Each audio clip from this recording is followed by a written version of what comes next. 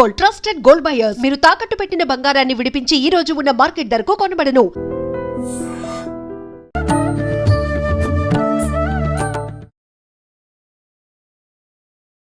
నమస్కారం, welcome to I dream. ధర్మ మార్గం విత్ విజిత కార్యక్రమానికి స్వాగతం. ప్రస్తుతం మనతో పాటు ఉన్నారు ప్రముఖ జ్యోతిష్య వాస్తు పండితులు, లలితా ఉపాసకులు శ్రీ శ్రీ శ్రీ నానాజీ పట్నాయక్ గారు. ఇప్పుడు గురుగారితో మాట్లాడదాం. నమస్కారం అండి. శ్రీమాత్రే నమః.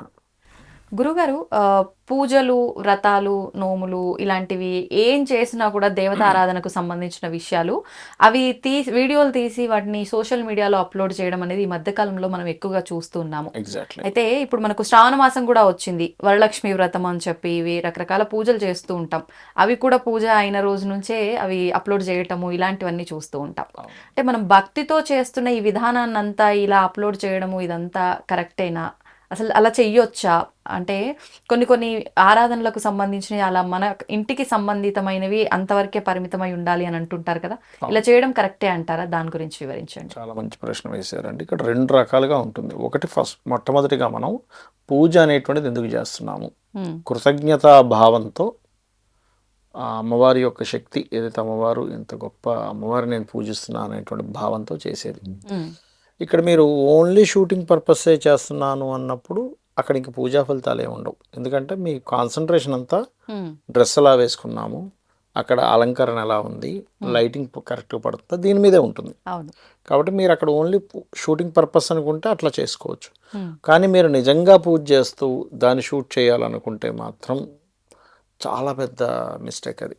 ఎందుకంటే మీరు పూజ చేయడానికి పిలిచారు. ఇప్పుడు మీరు గెస్ట్గా ఒకరింటికి వెళ్ళారు, వాళ్ళకి మీకు ఎవరో ఏదో టీ అనో కాఫీ అనో టిఫిన్ అనో ఇస్తూ తీస్తున్నారా, వీడియో తీస్తున్నారు, ఇది ఉందంటే మీకు అసలు తీసుకుంటారా? అసలు మీరు మళ్ళీ ఇంకోసారి ఆ కాఫీ ఇక్కడ ఇచ్చేసాను మళ్ళీ తీసుకొని మళ్ళీ ఇస్తున్నారు అనుకోండి, ఎలా ఉంటుంది? అరే ఏంట్రా ఇది, నేను ఆ గెస్ట్గా వస్తే నాకు ఇవ్వాలి ఏంటి అన్నట్టుగా అనుకో అసలు చాలా ఫీల్ అవుతాం అసలు. కాబట్టి ఏంటంటే పూజ వేరు. మీరు సపరేట్గా షూటింగ్ చేసుకోవాలనుకుంటే సపరేట్గా షూటింగ్ పర్పస్ చేస్తున్నాం అని ఫీల్ అవ్వండి. పూజ చేస్తూ షూటింగ్కి అసలు కలపొద్దు నిజంగా పూజ చేసే విధానాన్ని. అంటే ఇప్పుడు ఒకవేళ కొంతమంది నేర్పడం కోసం, ఇప్పుడు చాలా మందికి తెలియదు ఎలా పూజ చేసుకోవాలి, ఎలా సంకల్పం చెప్పుకోవాలి, ఎలా ఆచమనం చేయాలి, ఇట్లా కొన్ని ఉంటాయి కదా. మీరు ఆ పర్పస్ నేర్పించడానికి చెప్పడం ఈజ్ డిఫరెంట్. మీరు ఇంట్లో చేసుకునే వరలక్ష్మి వ్రతం ఇగో మేము చేస్తున్నాం కాబట్టి షూటింగ్ చేయండి అంటే మీకు, ఎందుకంటే అక్కడ వచ్చింది దేవత.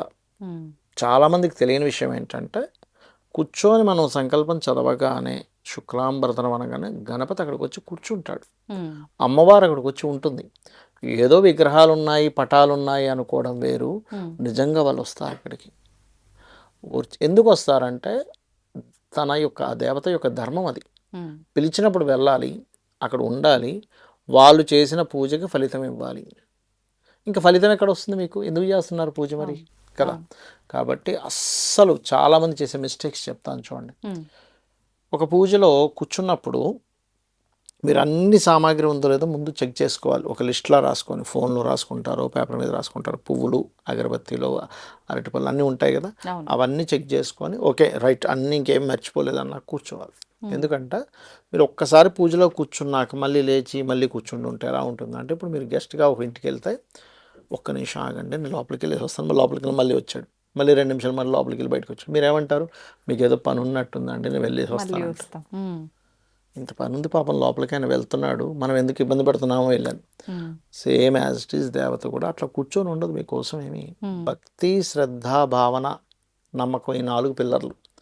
భక్తి ఉండాలి, దేవత మీద శ్రద్ధ ఉండాలి, నమ్మకం ఉండాలి, భావనతో చేయాలి, అక్కడ అమ్మవారు ఉందనేటువంటి భావన. ఈ 4 పిల్లర్స్ ఎప్పుడైతే స్ట్రాంగ్గా ఉంటాయో అప్పుడే మీరు చేసే పూజకి ఫలితం ఉంటుంది. అదొకటి. రెండవది ఏం చేస్తారంటే, కూర్చున్న తర్వాత అయ్యో ఇక్కడ శుభ్రంగా లేదని అప్పుడు తుడుచుకుంటూ కూర్చుంటారు. కూర్చోగానే కొంతమంది చేసే పెద్ద మిస్టేక్ ఏంటంటే ఇవి విరుస్తూ ఉంటారు, అమ్మా బద్ధకం తీస్తూ ఉంటారు. అసలు చాలా పెద్ద దారిద్రం అది. అస్సలు చేయకూడదు. మీరు ఏదైనా విరుచుకోవాలనుకుంటే మీరు పూజ గదిలోకి వచ్చే ముందు చేసుకోండి. కూర్చున్న తర్వాత మీరు అక్కడ ఏదో అంటే పూజ చేస్తున్నాను నేను ఈ సెకండ్ అంటే ఎంతసేపు చేస్తారో 5 నిమిషాలు 10 నిమిషాలు 20 నిమిషాలు కొంతమంది గంట చేసే వాళ్ళు ఉంటారు, అరగంట సేపు చేసే వాళ్ళు ఉంటారు, పూజతో పాటు జపం కూడా చేసుకునే వాళ్ళు ఉంటారు. వాళ్ళు కంప్లీట్గా ఇదొక అదృష్టము. అంటే ఎందుకంటే ఏ ప్రాణికి కూడా పూజ చేసే అదృష్టం ఉండదండి మనలాగా. మనుషులకి మాత్రమే అది వరం. అది కాకుండా దేవతలు కూడా భూమి మీదకి వచ్చి వాళ్ళ యొక్క తపస్సులు అవి చేస్తూ ఉంటారట. తిరుపతి కొండ మీద కానివ్వండి, ఎక్కడైనా కానీ దేవతలు, గంధర్వులు, యక్షులు, కిన్నరులు, కింపురుషులు అందరూ భూమి మీదకి వస్తారు.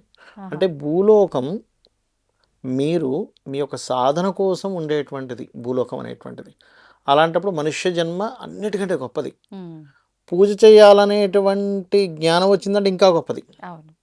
మరి ఇన్ని గొప్ప విషయాల్ని నువ్వు ఎంత శ్రద్ధగా చేయాలి.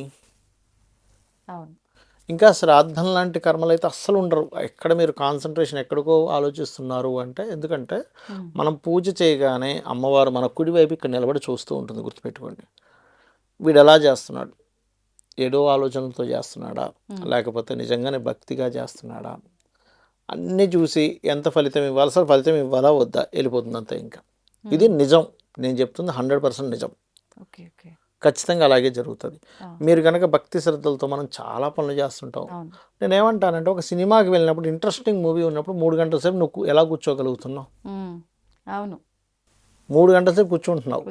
మరి ఎట్లా కూర్చుంటున్నావు? నీ కాన్సన్ట్రేషన్ కుదరకపోతే మరి ఆసక్తి ఉంది కాబట్టి కూర్చున్నారు. ఎగ్జాక్ట్లీ, చాలా మంచి వర్డ్ వారు, ఆసక్తి. అంటే నేను ఒక మ్యూజిక్తోనో లేకపోతే దేనితోనో నేను అది కట్టిపడేసింది కథనంతో ఏమవుతుందని. ఇక్కడ ఏంటంటే నువ్వు చేసే పూజ కరెక్ట్గా చేస్తే ఆ దేవత నిన్ను ఉద్ధరిస్తుంది. అంటుంటారు చూసారా, విష్ణువుని పూజించిన వాడు విష్ణు లోకానికి వెళ్తాడు, అమ్మవారిని పూజించిన అమ్మవారి లోకాలు నిజంగానే వెళ్తాడు. ఇదేదో పురాణాల్లో ఊరికనే పనిలాగా చెప్పినవి కాదు. ఆ వ్యక్తి ఎవరినైతే ఫలాపేక్ష రహితంగా అంటే ఏ ఫలము ఆశించకుండా గనక చేస్తే, ఎందుకంటున్నానంటే శ్రీకృష్ణ పరమాత్మ చాలా స్పష్టంగా చెప్పాడు విషయాన్ని. మీరు పత్రమైనను పుష్పమైనను ఫలమైనను ఉదకమైనను ఫలాపేక్ష రహితంగా నాకు ఎవరైతే సమర్పిస్తారో వాటిని నేను ప్రీతితో స్వీకరిస్తున్నాను. ప్రీతిగా, అది కూడా ఏదో ఊరకనేది స్వీకరించడం కాదు. అలా స్వీకరించిన భగవంతుడు అంటే ఆ దేవతా స్వరూపం అమ్మవారో విష్ణువో శివుడో ఎవరో ఒకరు తీసుకున్నది వాళ్ళ ధర్మం ఏంటంటే దాని కొన్ని రెట్లు ఇంకా మనం వద్దన్నా ఇస్తారు. ఎలా అయితే మనకి మహాభారతంలో ఒకసారి మంత్రం చదివి చూద్దాం అనుకుంటుంది కుంతి, చాలా చిన్నగా ఉన్నప్పుడు.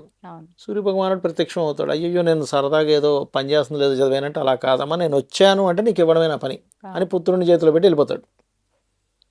అలాగే మనము ఎందుకు చాలామంది పూజలు ఫలించట్లేదంటే కారణం ఇది. పూజ చేసేటప్పుడు ఏదో కాన్సన్ట్రేషన్, ఏదో ఆలోచన, అసలు ఇన్నిసార్లు చేస్తున్నాం, ఇన్ని శ్రావణ శుక్రవారాలు చేసి ఏం ఫలితం రాలేదే, వస్తుందా, ఈ ఆలోచనలు. మరి వాళ్ళకంటే మనమే బాగా చేసినట్టున్నాగా అలంకరణ వేరే వాళ్ళతో కంపేరింగ్, వీడియోలు పెట్టిన తర్వాత ఎన్ని లైకులు రావచ్చు ఈ వీడియోకి అనుకోవడం. ఇన్ని మీరు పూజలో వీటిని చేసుకోండి, తప్పు కాదు. నేను అనేది ఏంటంటే వేరే వాళ్ళకి నాలెడ్జ్ కోసం మీరు చేయండి, కానీ పూజల్లో వీడియో పెట్టకండి అంటున్నా. పూజ కోసం వీడియో తయారు చేసుకోండి, అది వీడియో కోసం ఒక పూజ వీడియో తయారు చేసుకోండి, అది సెపరేట్. కానీ మీరు నిత్యం చేసే పూజకి వీడియో ఏంటి? మీ కాన్సన్ట్రేషన్ అంతా ఎక్కడికి పోయింది? వచ్చింది ఎవరు? దేవత అక్కడ, అమ్మవారు వచ్చింది అక్కడ. ఎందుకంటే అమ్మవారు కావచ్చు స్వామివారు కావచ్చు, ఫస్ట్ మీరు వాళ్ళు మిమ్మల్ని బిడ్డగా, అంటే అందరూ పిల్లలే కానీ నా అనేటువంటి పర్టికులర్గా వాళ్ళకి ఆ ఫీల్ కలగాలి అంటే మీరు ఆ ఫీల్ కలిగేలా చేయాలి. చాలామంది ఏం చేస్తారంటే మేము చాలా గొప్పగా చేసామండి అంటారు. ఇప్పుడు మీరు ఉన్నారు, ఒక ఇంటికి గెస్ట్గా వెళ్ళారు, మర్యాద వాళ్ళు చెప్పుకోవాలి బాగా చేసామని మీరు చెప్పాలా?